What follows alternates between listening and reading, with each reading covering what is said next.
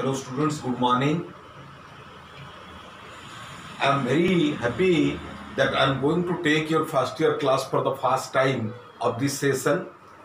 And now we are going to read the first poem of your book, The Stopping by Woods on a Snowy Evening. The name of the poem is, the title of the poem is Stopping by Woods on a Snowy Evening. And it is written by a famous American poet named Robert Frost. So, let us know about the title of the poem, Stopping by Woods. By means beside, nikotore. Stopping by, rohiba, kaha nikotore rohiba, by woods. Woods अर्थ कौन? जंगल, कृत्रिम जंगल, प्राकृतिक जंगल नुहे। प्राकृतिक जंगल को आम forest बा जंगल बोली कही थाउ, किंतु गोटे कृत्रिम मेन मेड फरेस्ट को आम साधारणतः छोट जंगल को आम कौन कही थाउ? वुड्स बोली कही थाउ।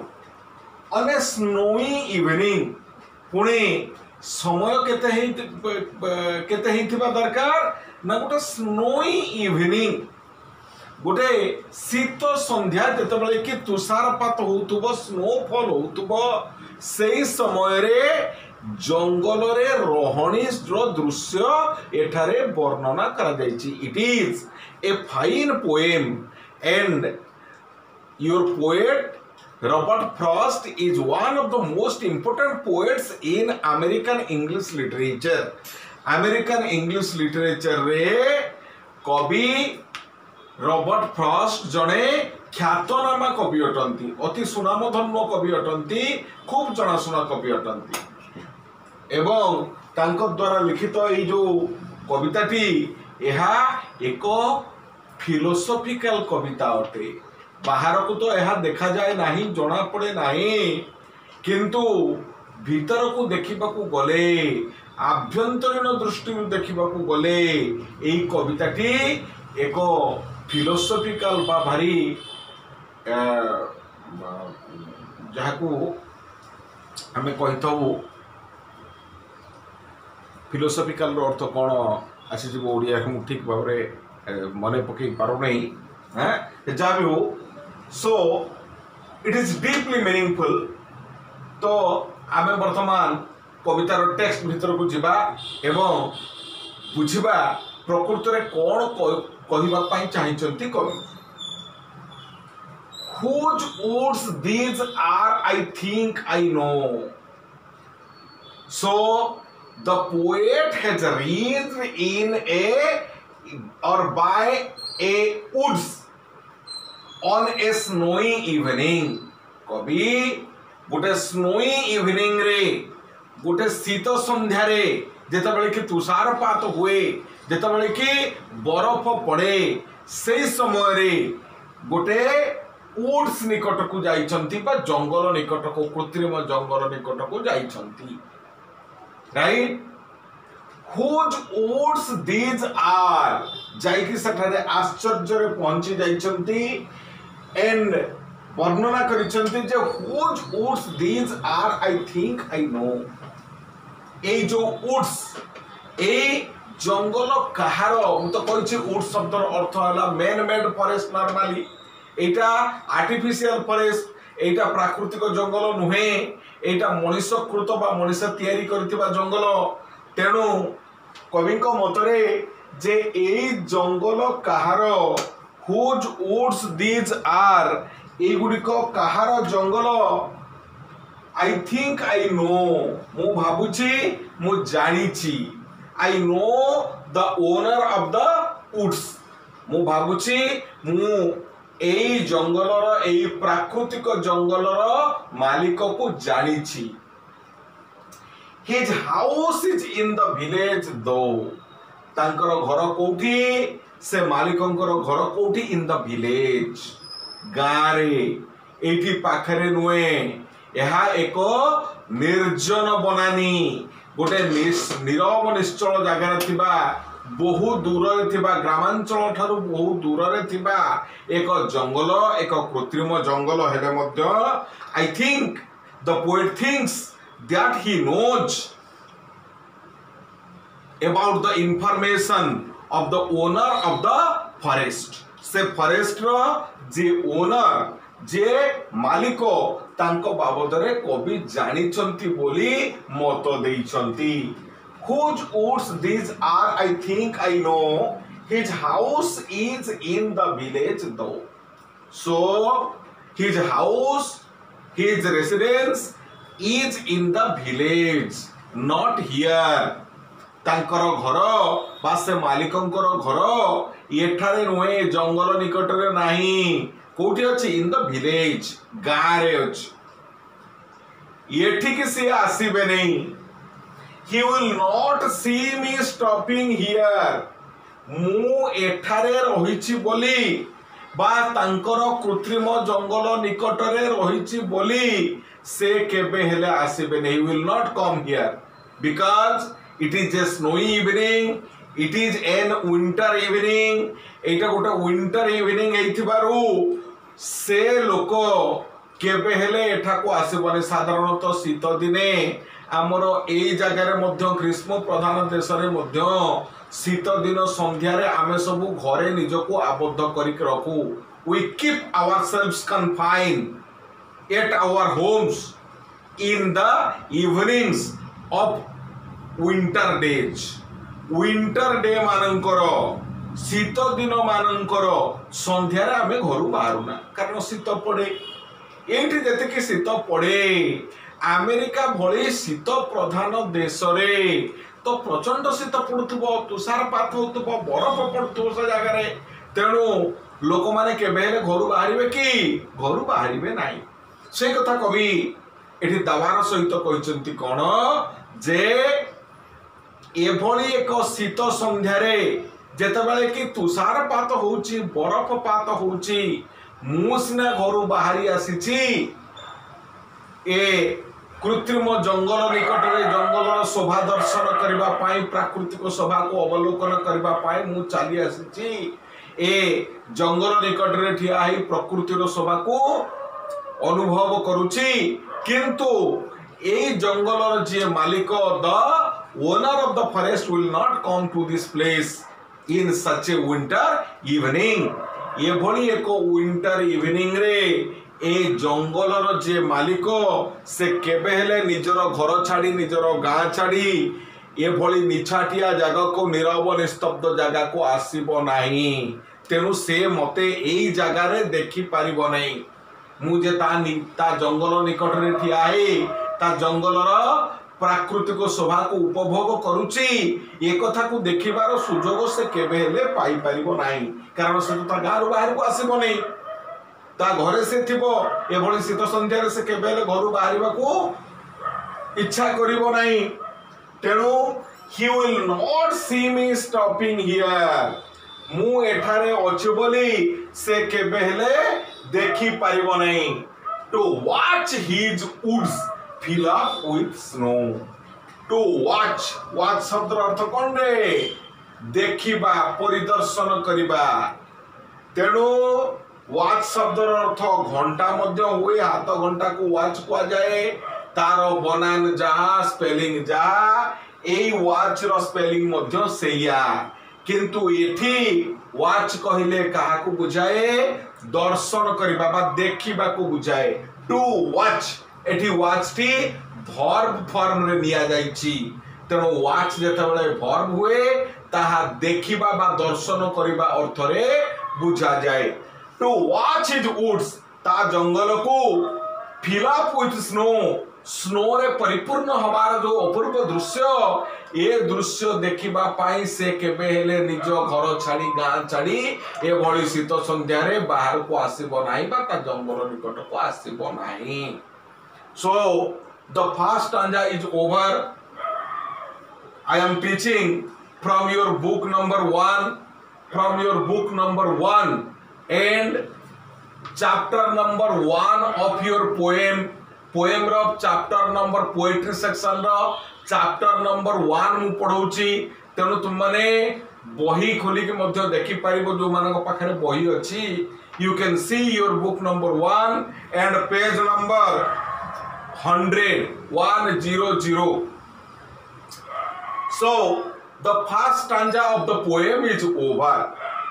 Now let us come to stanza 2. My little horse must think it queer. My little horse, मोर छोटो घोड़ा बुझी होची, because the poem is written in a very simple language. कविता टे सेमती कोनसी कष्ट language नहीं, भाषा नहीं. My little horse must think it queer. मोर छोटो घोड़ाटी must think it queer. हुए तो यहाँ को बड़ आश्चर्यजनक बोली भावुथुबो. क्वेर QUEER क्वेर. क्वेर शब्द अर्थ होला वंडरफुल, आश्चर्यजनक, एस्टोनाइजिंग, आश्चर्यजनक, right. My little horse must think it queer. यहाँ को बहुत आश्चर्यजनक बोली भावुथुबो मोर छोट घोड़ा. तार अर्थ एभली एक शीत संध्यारे यही भली जगारे घोड़ा को अटकेबाटा बोध हुए मोर घोड़ा पाई एक आश्चर्यजनक घटना आइथिबो. कारण मु सिना जानिछि मु जने प्रकृति प्रेमी मनुष्य, तेणु प्रकृतिर सौंदर्य को उपभोग करबा पाई मु एई स्थान रे घोड़ा को अटके कि एठी प्राकृतिक सौंदर्य को देखुछि. किंतु मो घोड़ा तो प्रकृतिर उपासक नुहे, प्रकृति प्रेमी नुहे. ता मतरे एभली स्थान रे एभली एक समय रे रहिबा प्रकृत रे बड़ आश्चर्यजनक अटे. To stop without a farm house near. जो जगह रे आमे रहिथिलु बा जो स्थान रे आमे घोड़ा अटकेइथिलु बा मु घोड़ा अटकेइथि प्राकृतिक सौंदर्य को उपभोग करूथुली.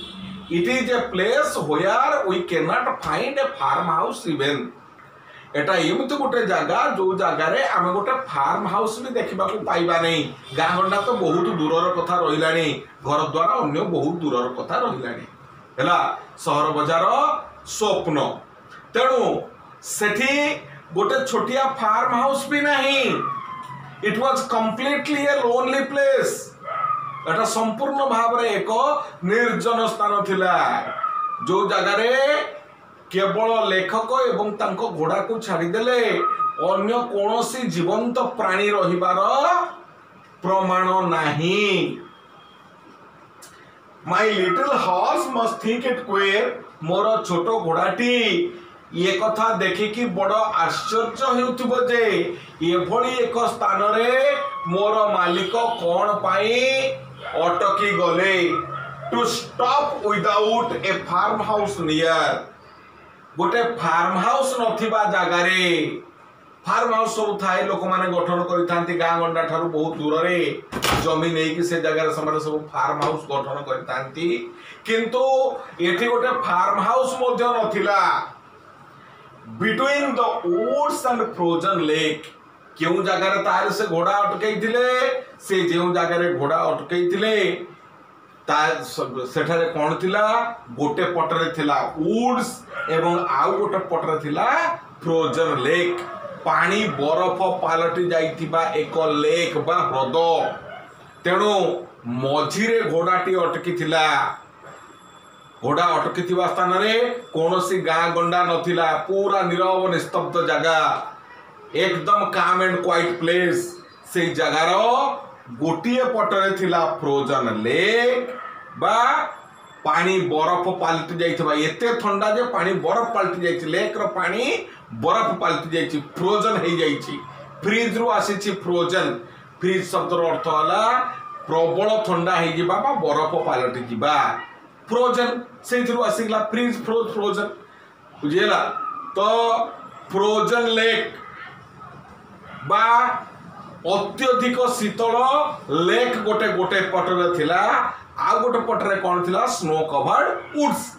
बरफ द्वारा कभर होइथिबा वुड्स. जो वुड्स रो गछलता माने संपूर्ण भाव रे बरफ रे कभर हेइ रहिथिबे, तुषार रे कभर हेइ रहिथिबे.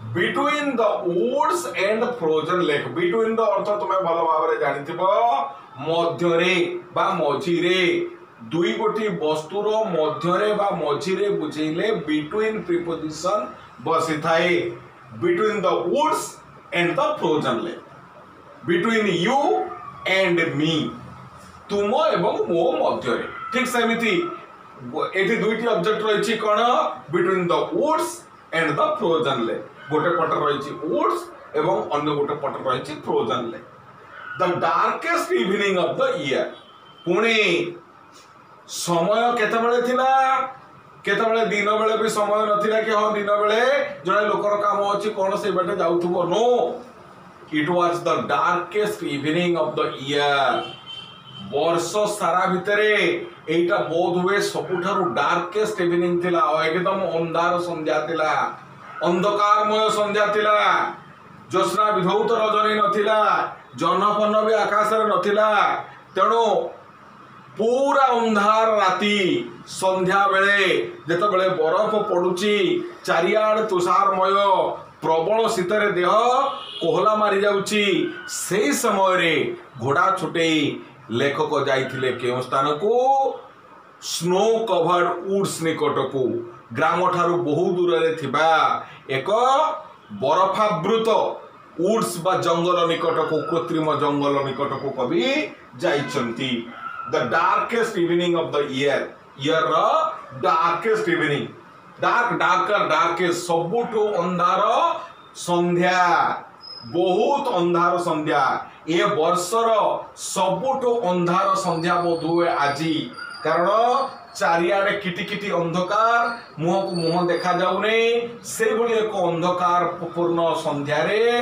कवि घोड़ा छुटेई देइछंती एक कृत्रिम जंगल निकट को जहाँकि बरफावृत होई रहिछि he gives his harness bells a shake third stanza को आसो थर्ड स्टैंजा रे कोन लिखा जाइछि he means my little horse मोर छोटिया घोड़ा एटी तो आउ के प्रेजेंट नाही ना एटी ही कहले जे अन्य कोनोसी पुरुष को बुझेइबो सकता नुए एटी कविंग निकट रे there is nobody present there कोनोसी लोक सेटारे प्रेजेंट नाहंती तेणु he gives his harness bells a shake से घोड़ाटी कौन करुची ता बेकरे बंधा जाइथिबा हार्नेस बेल्स कहले बुझा जाए घागुड़ी जहा घोड़ा बा अन्य पशु मानक बेकरे बंधा जाए गोटे साउंड करुथुबा ऑब्जेक्ट गोटे घंटा गोटे जोटा ढंग ढंग हेके बाजे पशु माने चरिबा समय रे बा पशु माने चल प्रचल करने समय जो घंटा ढंग ढंग हेके बाजे ताको हार्नेस बेल्स बोली कह जाए तेणु कविंकर छोट घोड़ा बेकरे गोटे हार्नेस बेल्स बंधा जाइछि गोटे घागुड़ी बंधा जाइछि से घागुड़ीर शब्द आसुछि सेक शब्द अर्थ होला हलेइबा बा दोहलेइबा इमती इमती के हलौछि से निजर बेकरे बंधा जाइथिबा घंटा को बेकरे बंधा जाइथिबा घंटा को हलेइले कोन हबो निश्चित भाव में it will create a sound एटा निश्चय एक शब्द सृष्टि करिवो हैला तेणु there was a sound created by the harness bells of the horse ro Bekare बंधा जाइथिबा हार्नेस बेल्स रु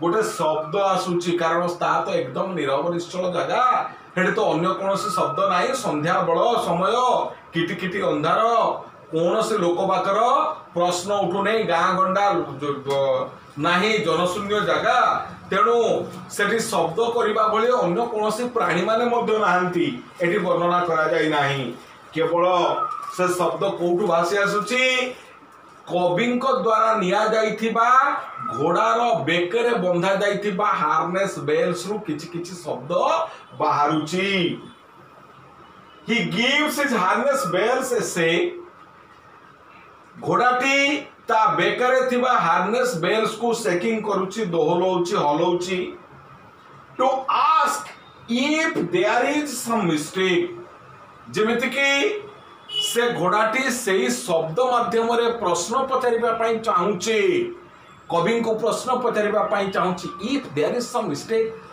आपण कौन से भूल करूना तो ये भली एक नीरव निस्तब्ध स्थान रे घोड़ा अटकई पुणी एभली एक शीत संध्यारे घोड़ा अटकई आपण किछि भूल करूना तो if there is some mistake आपणकर भूल किछि हे जाउछि कि बुझेला तेणु घोड़ाटी तो घोड़ार तो पाटी खोलिक से किछि कहि परिबो नै बा ता भाषा हो तो जदि तार किछि भाषा थाए से भाषा को हमें मनुष्य माने बुझी परिबा नै तेणु घोड़ाटी बोध हुए सिंबलिकाली प्रतीकात्मक भाव यह प्रकाश करने चाहूँगी जे हुए तो तार मालिक से जगार अटकी ठीक करनाहांती एभली एक शीत संध्यारे एभली एक किटिमिटी संध्यारे अंधार किटिमिटी संध्यारे से भली जगार अटकी तार मालिक हुए तो किछि भूल कर देइछंती बुझेला टू आस्क जेमिति कि घोड़ाटी मते पचारुची if there is some mistake mistake रो अर्थ कोन रे भूल बुझेला तेणु काले मोर मालिक कोनोसी भूल करिसंती बोली घोड़ाटी तार हार्नेस बेल को सेक करके तांकु सूचना दउची The only other sound is the sweep of easy wind and downy play.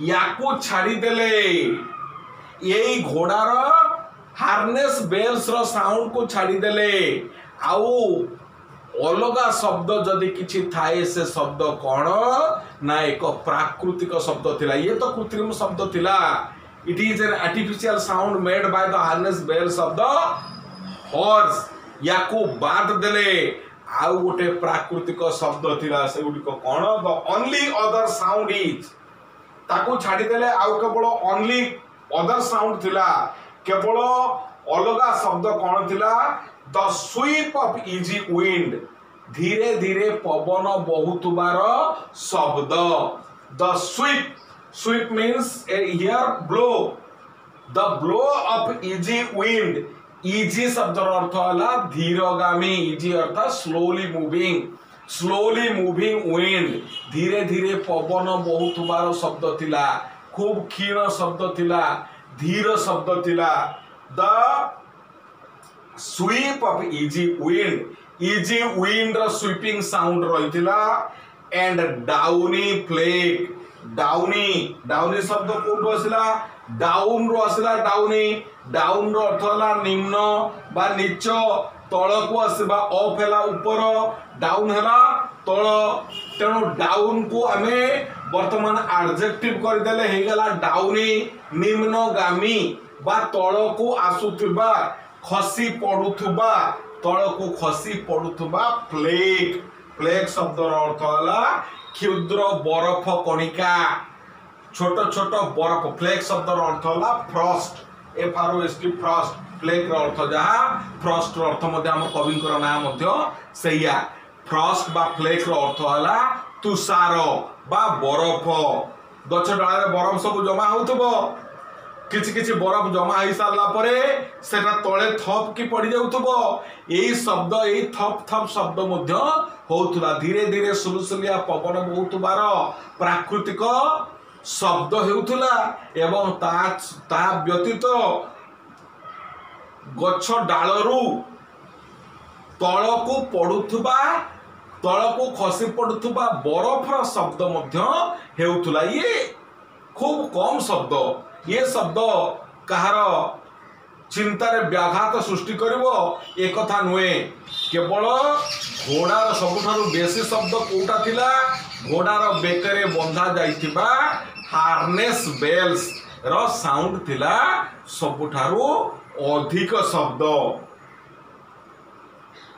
वर्तमान में फोर्थ पैराग्राफ को जीवा fourth paragraph is the most important paragraph fourth stanza is the most important stanza the woods are lovely dark and deep से woods रो अवस्था को आमे एपर्यंत खाली woods woods कही आसुचंती, जंगल जंगल कही आसुचंती, किंतु जंगल रो परिवेश कथा आमे एपर्यंत चिंता करी नाहंती बा कवि हम मानकू कही नाहंती। एट लास्ट स्टांजा रे हमकू कहले वुड्स ता केमिति थिला, जंगल किभଳି थिला। The woods are lovely, very fine, very beautiful to look at, देखिबा पई भारी सुंदर देखा जाउतला। वेरी लवली, लवली रो अर्थ तुम माने बोला जानिचो, very fine and very beautiful to look at. So the woods are lovely. जो वुड निकट रे कवि ठिया हेइथिले, जो कृत्रिम जंगल मानक निकट रे कवि पदार्पण करथिले, निजर घोड़ा को नेकी रहिथिले, इट वाज वेरी लवली, या बहुत सुंदर थिला, बट डार्क एंड डीप, किंतु भारी अंधकार पूर्ण, वेरी डीप, भारी घंच, भारी अंधकार पूर्ण जंगल थिला। से जंगल रे कोनोसी पशु पक्षी बसवास करिवार प्रमाण मध्य मिलु नथिला, कारण पशु पक्षी बसवास करुथुले हुए तो सेमानक पाखरु कोनोसी शब्द भासी आसु थांता, but here the poet says there was no other sound present there. सेठार अन्य कोनोसी साउंड प्रेजेंट नथिला except for the sound of the harness bells, easy wind and downy flake। केवल घोड़ार घागुड़ीर शब्द, धीरे धीरे पवन बहिबार शब्द एवं तुषार तलकू खसिबार शब्द, ये तीनोटी शब्द को छाड़ीदेले there is no other sound present there. कौन से पशु पक्षी शब्द मध्य से स्थान रे नथिला। तेणु द वुड्स आर लवली, गछ गुड़िक बा जंगल गुड़िक अति सुंदर देखा जाउथिले, कारण सेमानक ऊपर बरफ पड़ीथिला, शुभ्र धवल बरफ पड़ीकी गछ गुड़िक अति सुंदर देखा जाउथिले, डार्क एंड डीप, किंतु बहुत घंच जंगल थिला एवं अंधकार परिपूर्ण रहिथिला से जंगल। But I have promises to keep.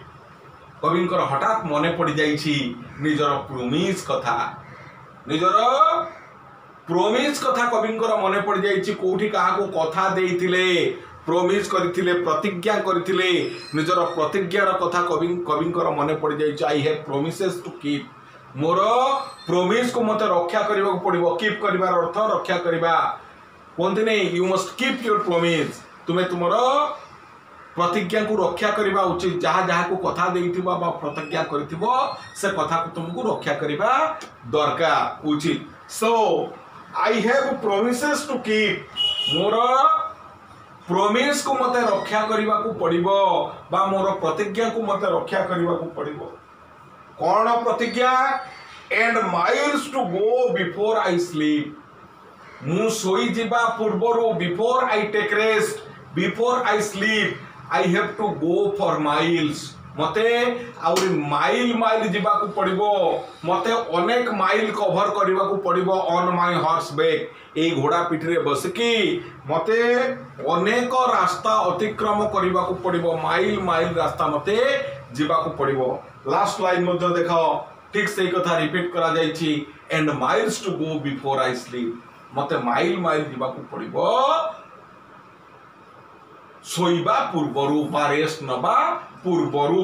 देखो आउटवर्डली बा बाह्य दृष्टिरु कवितार अर्थ एया बा कविताटी हमर सरीगला, अति सरल भाषा रे लिखा जाइछि, सेमति किछि कष्ट शब्द मध्ये बेसी कष्ट शब्द नाही, गोटे दुटा कष्ट शब्द को छाड़ देले सेमति किछि कष्ट शब्द नाही, हमको बुझी जाउछु। But inwardly it is a deeply philosophical poem. मु कहिछि this road does not signify the simple road that we go on, walk on।